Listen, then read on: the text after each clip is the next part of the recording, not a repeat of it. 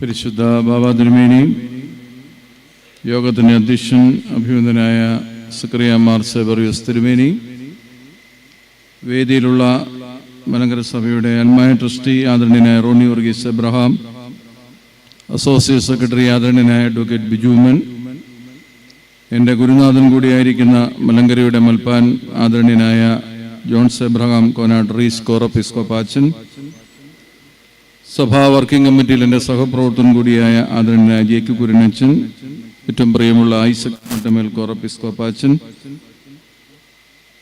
ജനപ്രതിനിധികളെ പ്രതികരിച്ച് വേദിയിലുള്ള ശ്രീമതി സജിത മുരളി, ശ്രീ ബിനു ജോഷി, ഞങ്ങൾക്കൊക്കെ പ്രിയങ്കരനായ പ്രിയപ്പെട്ട വി കെ വർഗീസ്, ആദരണീയരായ കോറപ്പിസ്കോപ്പന്മാരെ, സ്നേഹമുള്ള റമ്പാച്ചന്മാരെ, സ്നേഹനിധികളായ വൈദിക സ്നേഹിതരെ, ബഹുവന്യരായ സിസ്റ്റേഴ്സ്, കണ്ടനാട് വെസ്റ്റ് ഭദ്രാസന ദിനാഘോഷത്തിലും കുടുംബസംഗമത്തിലും പങ്കെടുക്കുന്ന പ്രിയപ്പെട്ടവരെ,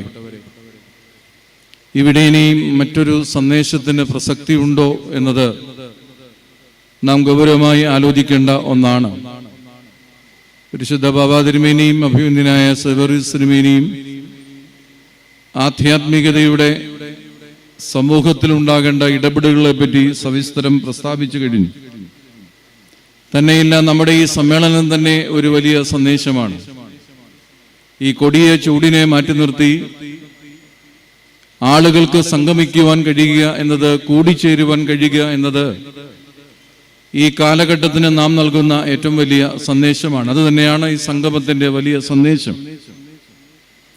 കാരണം നമ്മുടെ ഈ കാലഘട്ടം സംഘബോധങ്ങളെയും കൂട്ടായ്മകളെയും പ്രോത്സാഹിപ്പിക്കുന്ന തത്വസംഹിതകളുടെ ലോകമല്ല.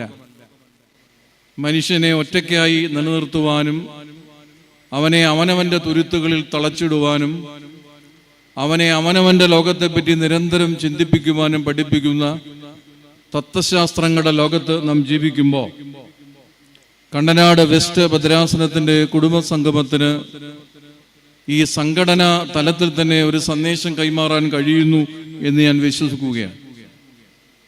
സമൂഹത്തെപ്പറ്റി ഒരുപിടി ആശങ്കകൾ നമ്മുടെ മുമ്പിൽ ഉണ്ട്. ആ ആശങ്കകളാണ് ഇവിടെ പങ്കുവച്ച എല്ലാവരുടെയും പ്രഭാഷണങ്ങളിൽ നിറഞ്ഞു നിന്നത്.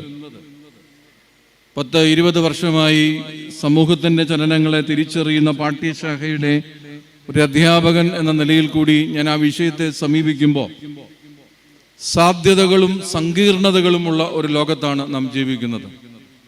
സങ്കീർണതകളെ പറ്റിയാണ് നാം എപ്പോഴും ആശങ്കപ്പെടാറുള്ളത് എങ്കിലും ഈ ലോകം സാധ്യതകളുടെയും ഈ ലോകം സങ്കീർണതകളുടെയുമാണ്. ആ കാലഘട്ടത്തിലൊക്കെ വിവിധ തരം കാഴ്ചപ്പാടുകൾ നമ്മുടെ ഇടയിലേക്ക് കടന്നുപോയി. ഒരു കാലഘട്ടത്തിൽ നാം വളരെ ആവേശത്തോടെ ചിന്തിച്ചു. ലോകമെമ്പാടും പടർന്ന് പന്തലിച്ച് എല്ലാവരും ഒന്നു ചേരുന്ന ചില സംഗമ വേദികളെ പറ്റി നമ്മൾ ചിന്തിച്ചു. അതോടൊപ്പം ക്രൈസ്തവ യുവജന പ്രസ്ഥാനത്തിന്റെ സമ്മേളനം വെറും സമ്മേളനമല്ല, രാജ്യാന്തര സമ്മേളനമാണ്. വൈദിക സമ്മേളനങ്ങൾ ഇന്ന് വെറും സമ്മേളനങ്ങളല്ല, അത് രാജ്യാന്തര സമ്മേളനങ്ങളാണ്. ഗ്ലോബൽ എന്ന പദം, ആഗോളം എന്ന പദം നമ്മുടെ ആത്മസംതൃപ്തിയുടെ പദമായി മാറി. ആ പദത്തിലൂടെ നാം സ്വന്തമാക്കാൻ ആഗ്രഹിച്ചത് വിശാലമായൊരു ലോകത്തെയും വിശാലമായൊരു ലോകത്തിന്റെ വേർതിരിവുകളില്ലാത്ത പങ്കാളിത്തത്തെ പറ്റിയുമാണ് ആഗോളം എന്ന പദത്തിലൂടെ നാം ഉന്നമിട്ടത്. എന്നാൽ കാലം കുറെ മുന്നോട്ട് പോയപ്പോ ഇപ്പോൾ നമ്മുടെ ലോകത്തിന്റെ വലിപ്പം എന്തെന്ന് ചോദിച്ചാൽ നമ്മുടെ കയ്യിലിരിക്കുന്ന ഇലക്ട്രോണിക് ഉപകരണങ്ങളുടെ സ്ക്രീനിന്റെ വലിപ്പം എത്രയുമുണ്ടോ അതാണ് നമ്മുടെ ലോകത്തിന്റെ വലിപ്പം. ആ ലോകത്തെ ഈ ഗോളം എന്ന് വിളിക്കേണ്ടി വരും. അപ്പോൾ ആഗോളം എന്ന വിശാല സങ്കല്പത്തിൽ നിന്ന് അവനവന്റെ ഇലക്ട്രോണിക് ഉപകരണങ്ങളുടെ സ്ക്രീനിന്റെ ലോകത്തിലേക്ക് ചുരുങ്ങിപ്പോയ മാനവികതയുടെ മധ്യത്തിൽ ആഗോളം ഈ ഗോളമായി മാറിയ കാലത്താണ് നാം ജീവിക്കുക. അങ്ങനെ ആഗോളം ഈ ഗോളമായി മാറിയ കാലത്ത് നമ്മൾ ജീവിക്കുമ്പോൾ എന്താണ് ബാക്കിപത്രം? ആ ബാക്കിപത്രത്തെ പറ്റിയാണ് പരിശുദ്ധ പിതാവ് സങ്കടപ്പെട്ടത്. അഭിനന്ദനായ സേവറിയോസ് തിരുമേനി സംസാരിപ്പാൻ ആഗ്രഹിച്ചത് അതൊരു അനാഗോളമായി മാറി. ആശങ്കകളുടെ, സംഘട്ടനങ്ങളുടെ, സ്വാർത്ഥതയുടെ, ഉപഭോഗതയുടെ, വേലിയേറ്റങ്ങളുടെ, ആശയ സംഘർഷങ്ങളുടെ ഒരു ലോകക്രമമായി അത് മാറി. അപ്പൊ ആഗോളമായി വളരുവാൻ ആഗ്രഹിച്ച് ഈഗോളമായി ചുരുങ്ങിപ്പോയി, പിന്നെ അത് അനോഗോളമായി തകർക്കപ്പെട്ട് ഇപ്പൊ ഒടുവിൽ തീഗോളമായി മാറിയ കാലഘട്ടം. ആഗോളം തീഗോളത്തിലേക്ക് എത്തി ആശങ്ക വിതറുന്ന വർത്തമാന കാലഘട്ടത്തിലാണ് കണ്ടനാട് വെസ്റ്റ് ഭദ്രാസനത്തിന്റെ കുടുംബസംഗമത്തിന്റെ ദൈവശാസ്ത്രവും സാമൂഹ്യശാസ്ത്രവും കാലികപ്രദവുമായ പശ്ചാത്തലങ്ങളെ വിലയിരുത്തുവാൻ ഞാൻ പരിശ്രമിക്കുന്നത്. കാരണം നമുക്കിന്ന് നഷ്ടമാക്കുന്നത് കൂട്ടായ്മയുടെയും സഹിത്വത്തിന്റെയും സമത്വത്തിന്റെയും ദിവ്യമായ തലങ്ങളാണ്. കുടുംബത്തെ പറ്റി സരസസുന്ദരങ്ങളായ നിരവധി പ്രഭാഷണങ്ങൾ നാം കേട്ടുകൊണ്ടിരിക്കുന്നു.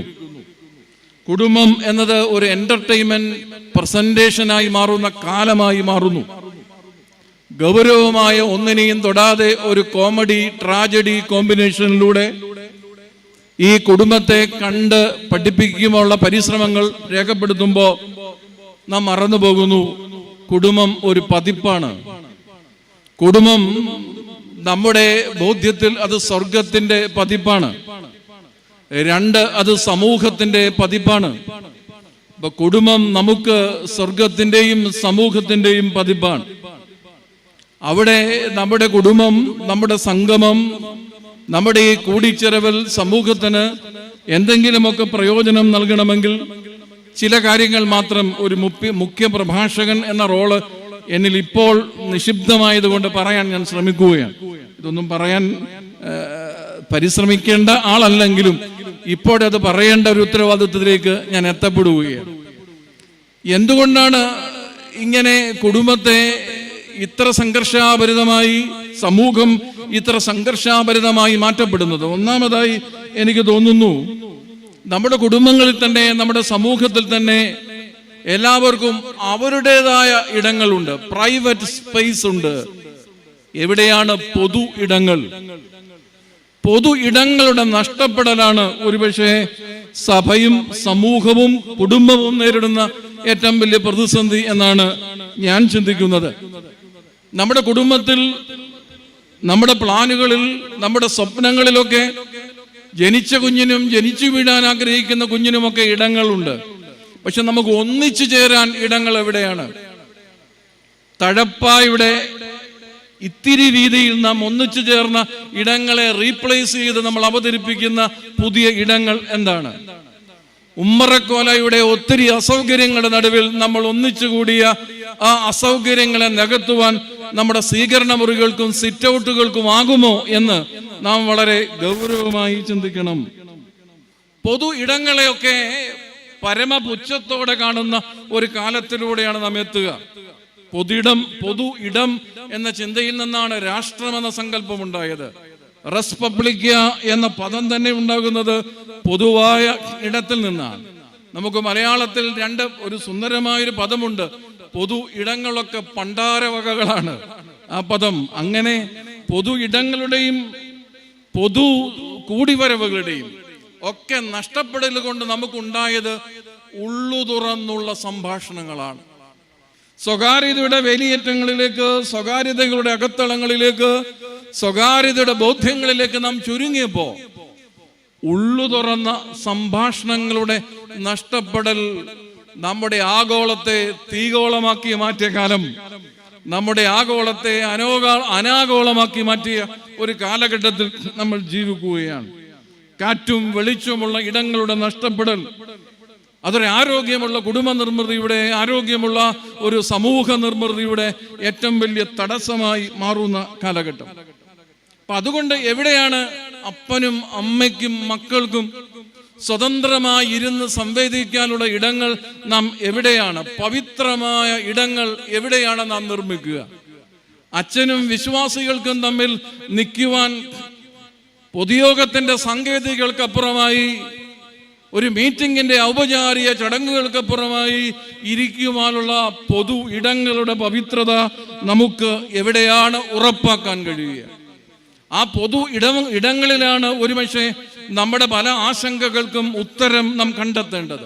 ആ പൊതു ഇടങ്ങളാണ് ഈ സമൂഹത്തിന് മുമ്പ് സൂചിപ്പിക്കപ്പെട്ട ലഹരിക്കെതിരെയുള്ള പ്രതിരോധങ്ങളും സാമൂഹ്യ വിപത്തുകൾക്കെതിരെയുള്ള പ്രതിരോധങ്ങളും നിർമ്മിക്കേണ്ടത്.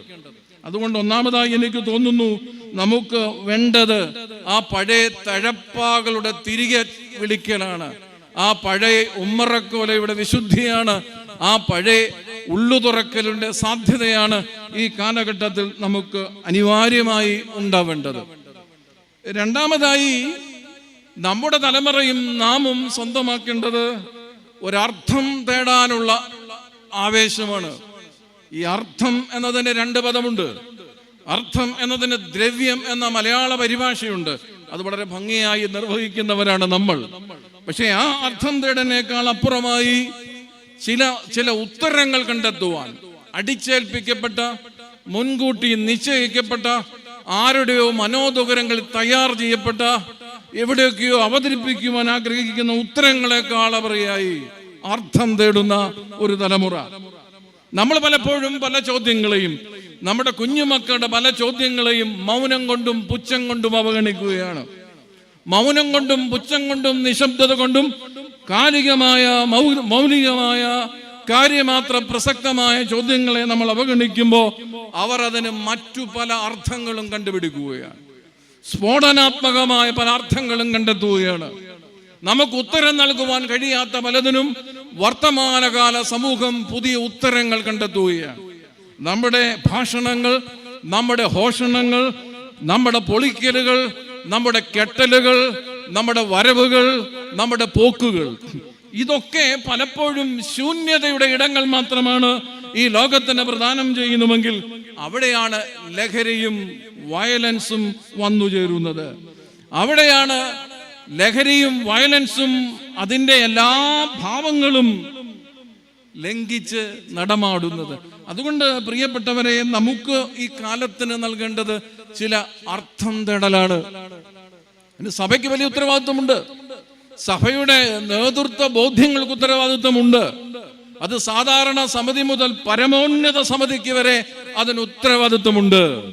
അർത്ഥം തേടുന്നവർക്ക് അർത്ഥം പകർന്നു കൊടുക്കുവാൻ, അർത്ഥം അന്വേഷിക്കുന്നവർക്ക് അർത്ഥം പകർന്നു കൊടുക്കുവാനുള്ള നിയോഗം നമ്മുടേതാണ്. അല്ലെങ്കിൽ ആ സിനിമ ഡയലോഗിൽ പറയുന്ന പോലെ എന്തിനോ വേണ്ടി തിളയ്ക്കുന്ന സാമ്പാറുകളായി നമ്മൾ അവശേഷിക്കുമെന്നതിന് യാതൊരു തർക്കവുമുണ്ട് എന്നെനിക്ക് തോന്നുന്നില്ല. നമുക്ക് വേണ്ടത് തുറവയാണ്, നമുക്ക് വേണ്ടത് വിനയമാണ്. ഈ തുറവിയും വിനയവുമാണ് ഈ സമൂഹത്തിന് ലഹരിക്കെതിരെയുള്ള ശക്തമായ ആയുധങ്ങളായി, സമൂഹത്തെ ബാധിച്ചിരിക്കുന്ന എല്ലാ പ്രതിസന്ധികൾക്കും നേരെയുള്ള ശക്തമായ ബോധ്യമായി നൽകുവാൻ കഴിയുന്നത്. എല്ലാ കാപഠ്യങ്ങളുടെയും സിലബസുകൾ നമ്മൾ തന്നെ തയ്യാർ ചെയ്തിട്ട് മറ്റുള്ളവരെ കണ്ണുരുട്ടി കാണിക്കുക അത്ര ശരിയായ ഒരു ബോധന പ്രക്രിയ അല്ല. അത് മടയത്തരത്തിന്റെ പ്രക്രിയകൾ മാത്രമാണ്. അതുകൊണ്ട് ചില അർത്ഥം തേടലുകൾ ഈ കാലഘട്ടത്തിൽ ഉണ്ടാവണം. ലഹരി ഉപയോഗിക്കരുത് എന്ന് പറയുമ്പോൾ ലഹരിക്കെതിരെയുള്ള പ്രതിരോധം അവന്റെ ജീവിതത്തിന്റെ ശരിയായ അർത്ഥത്തെ പറ്റിയുള്ള അവന്റെ പഠിപ്പിക്കലാണ്. ഹിംസയുടെ വഴിയിലേക്ക് അവൻ എത്തില്ല എന്നവനെ ഉറപ്പാക്കണമെങ്കിൽ ശാന്തിയുടെയും സമാധാനത്തിന്റെയും ശരിയായ മാർഗത്തിലൂടെയുള്ള അവന്റെ സഞ്ചാരത്തെ പറ്റിയുള്ള ഉത്തമമായ ബോധ്യങ്ങളുടെ പങ്കുവെക്കലാണ്. മൂന്നാമതായി എനിക്ക് തോന്നുന്നു ഈ സമൂഹത്തിൽ നമ്മൾ നിർവഹിക്കേണ്ടത്, എൻ്റെ പ്രിയ സ്നേഹിതൻ റോണി എന്നെ കേൾക്കുന്നുണ്ട്, അദ്ദേഹം സൈബർ സെക്യൂരിറ്റിയുടെ ആളാണ്. ലോകത്തിലുള്ള എല്ലാ സുരക്ഷിത സംവിധാനങ്ങളും വളരെ കാര്യക്ഷമമായി ഉറപ്പാക്കുന്ന ഒരു വലിയ വ്യവസായിയാണ് എൻ്റെ സഹപ്രവർത്തകൻ. അദ്ദേഹം സെക്യൂരിറ്റി സംവിധാനങ്ങളെ വളരെയേറെ വർദ്ധിപ്പിക്കുന്നുണ്ട്. പക്ഷേ ആ സെക്യൂരിറ്റി സംവിധാനങ്ങൾ ഒരുപടി സങ്കീർണതകളെയും ഈ ലോകത്തിന് പ്രദാനം ചെയ്യുന്നുണ്ട്. അപ്പോൾ നാം കാണുന്ന ഈ സെക്യൂരിറ്റി സംവിധാനങ്ങൾ ഒരുപാട് സങ്കീർണതകൾ ഈ ലോകത്തിന് നൽകുന്ന ഒരു കാലഘട്ടത്തിൽ കൂടെ ജീവിക്കുമ്പോൾ നമുക്ക് വേണ്ടത് ഒരു ട്രസ്റ്റ് ബിൽഡിംഗ് ആണ്. നമ്മുടെ സമൂഹത്തിൻ്റെയും കുടുംബത്തിൻ്റെയും ആരോഗ്യത്തിന് നമുക്കിവിടെ ഉണ്ടാകേണ്ടത് ഒരു ട്രസ്റ്റ് ബിൽഡിംഗ് ആണ്. ആ ട്രസ്റ്റ് ബിൽഡിംഗ് എല്ലാ അക്രമങ്ങളെയും ഇല്ലാതെയാക്കും, എല്ലാ അശാന്തികളെയും ഇല്ലാതെയാക്കും. അതിന് ഏറ്റവും പ്രസിദ്ധനായ ഫ്രാൻസിസ് ഫുക്കുയാമ എന്ന അമേരിക്കൻ പൊളിറ്റിക്കൽ ചിന്തകനുണ്ട്. അദ്ദേഹം പറഞ്ഞത് അതേ ആശയത്തിൽ ഇവിടെ ആവിഷ്കരിക്കുന്നില്ല. നമ്മളൊരു ബാർബർ ഷോപ്പിൽ പോയി തലമുടി വെട്ടാനായിട്ട് ഇരിക്കുകയാണ്. ആ ബാർബർ നമ്മെ എന്ത് ചെയ്യും? നമ്മുടെ ശരീരത്തിലാകമാനം ഒരു വലിയ തുണി വലിച്ചു കെട്ടും. കൈകാലുകളൊന്നും ചലിപ്പിക്കാൻ കഴിയില്ല. നമ്മുടെ സ്വാതന്ത്ര്യത്തിന് എന്തൊക്കെയോ കുറവുള്ളതായി നമുക്ക് തോന്നും. അത് കഴിഞ്ഞതിന് ശേഷം ആ ബാർബർ ഏറ്റവും മൂർച്ചയുള്ള ആയുധം കയ്യിലെടുക്കും. നമുക്കൊരു ഭയവും തോന്നാറില്ല. നമ്മുടെ കൈകാലുകൾ ചലിക്കാത്തതിനെ പറ്റി നമുക്ക് ഭയമില്ല. നമ്മുടെ ശരീരം ആകപ്പാട് മൂടിക്കെട്ടിയതിനെ പറ്റി നമുക്ക് ഭയമില്ല. അവന്റെ കയ്യിൽ മാരകായുധങ്ങൾ ഇരിക്കുന്നതിനെ പറ്റി നമുക്ക് ഭയമില്ല. കാരണം നാം അവിടെ ഇരിക്കുന്നത് നമ്മുടെ തലമുടി വെട്ടാൻ വന്ന ബാർബറിനെ പറ്റി നമുക്കുള്ള ആത്മവിശ്വാസമാണ്. അതുകൊണ്ട് എന്ത് പറ്റി? ഒരു ബാർബർ ഷോപ്പുകളിലും അത്യാഹിതങ്ങൾ സംഭവിച്ചിട്ടില്ല. ഒരു ബാർബർ ഷോപ്പുകളിലും ഇതുവരെ ഒരു അത്യാഹിതവും റിപ്പോർട്ട് ചെയ്തിട്ടില്ല. എല്ലാ അത്യാഹിതങ്ങളും റിപ്പോർട്ട് ചെയ്യുന്നത് നമ്മുടെ കുടുംബങ്ങളിലാണ്. അതെന്തുകൊണ്ട് സംഭവിക്കുന്നു? അതിനെപ്പറ്റിയാണ് ഫ്രാൻസിസ് ഫുക്കിയാമ എന്ന് പറയുന്ന ആള് ഈ തിയറി ലോകത്തിന് പങ്കുവെച്ചത്. നമുക്ക് വേണ്ടത് ഒരു മ്യൂച്വൽ ഓപ്പൺനെസ് ആണ്.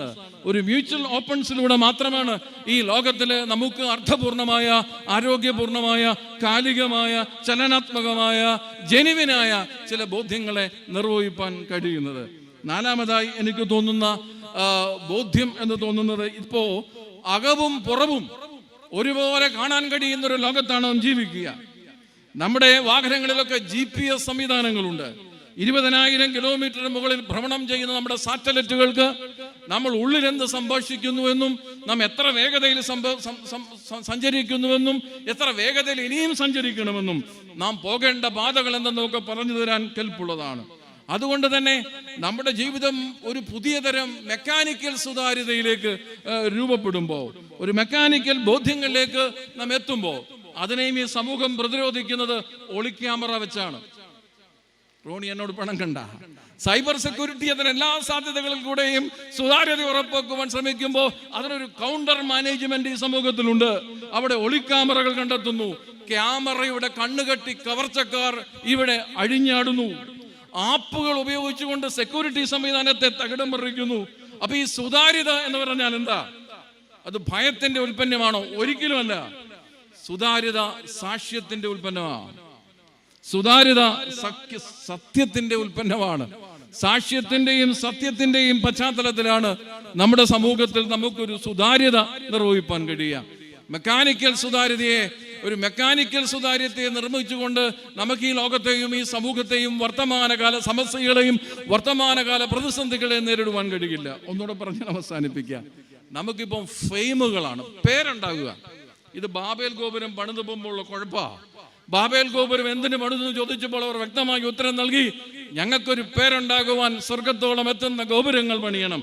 പല ഗോപുരങ്ങളും ഇപ്പോൾ പലരും പണിയാൻ ആഗ്രഹിക്കുന്നത് ഈ പേരുണ്ടാകാനാണ്. ഇരിക്കുന്ന വർഷം എന്ത് ചെയ്യുന്നു എന്ന് ചോദിക്കാതെ ഇരിക്കാനിരിക്കുന്ന വർഷങ്ങളെ പറ്റിയാണ് പലരുടെയും ആശങ്ക. ഈ സങ്കീർണത മധ്യത്തിലാണ് നമ്മുടെയൊക്കെ ജീവിതം. അതുകൊണ്ട് ഇരിക്കുന്ന വർഷങ്ങളുടെ ബോധ്യങ്ങളാണ് ഏറ്റവും വലുത്.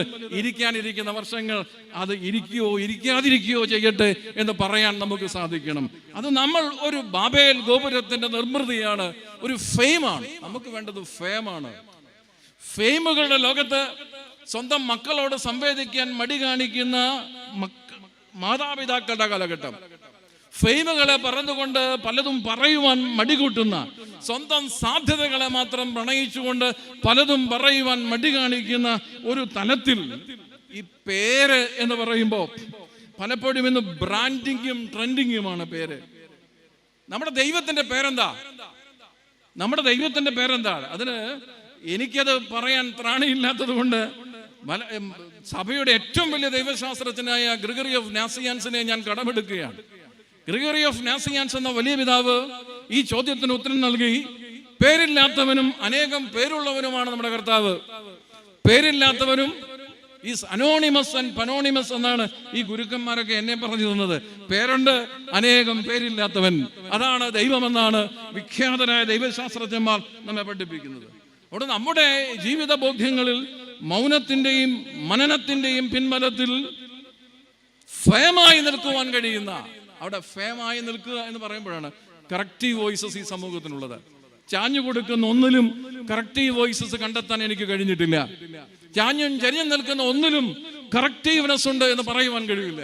കറക്റ്റീവ്നെസ് ഉണ്ടാകേണ്ടത് firm rather than the fame. ഫെയിമിനേക്കാളേറെ ഫേമിനെ ഉറപ്പാക്കുന്ന ഒരു ബോധ്യം. ഒന്നുകൂടെ പറഞ്ഞ് ഞാൻ അവസാനിപ്പിക്കുക. നമുക്കൊരു ആധ്യാത്മികത വേണം. അതാണ് പൗരസ്ത്യ ആധ്യാത്മികത, ബോഡി മീഡിയേറ്റിംഗ് സ്പിരിച്വാലിറ്റി. നമ്മുടെ ശരീരം കൂടെ പങ്കുചേരുന്ന നോമ്പ് അനുഷ്ഠാനങ്ങളുടെ പുണ്യകാലത്തിലേക്ക് നമ്മൾ എത്തുകയാണ്. ഈ സമൂഹത്തോട് കേവലം ചില ട്രാക്റ്റിലൂടെയും കേവലം ചില ഭാഷണങ്ങളിലൂടെയുമൊക്കെ ആധ്യാത്മികതയെ സന്നിവേശിപ്പിക്കാൻ ആഗ്രഹിച്ചാൽ അത് എങ്ങുമെത്താത്ത ഒരു പ്രക്രിയയായി മാറും. അതുകൊണ്ട് കുമ്പിടിയിലൂടെ, ഉപവാസത്തിലൂടെ നമ്മുടെ പിതാക്കന്മാർ തങ്ങളുടെ ശരീരം കൂടി അതിൽ അന്തർലീനമായിരുന്നു. അതിനെയാണ് ഞാൻ പേരിട്ട് വിളിച്ചത് it's A body mediating spirituality. ശരീരം കൂടി അന്തർലീനമാകുന്ന ഒരു ആധ്യാത്മികതയിലൂടെ ഈ ലോകത്തെ ചലനാത്മകമാക്കുവാൻ, ഈ ലോകത്തിന്റെ വിളക്കായി മാറുവാൻ, ഈ ലോകത്തിന്റെ ഉപ്പമായി മാറുവാൻ, ഈ ലോകത്തിന്റെ ദിശാബോധം പകരുവാൻ ഈ വലിയ സംഗമത്തിന് കഴിയട്ടെ എന്ന് പ്രാർത്ഥിച്ചുകൊണ്ട് ഞാൻ എൻ്റെ വാക്കുകൾ ചുരുക്കും.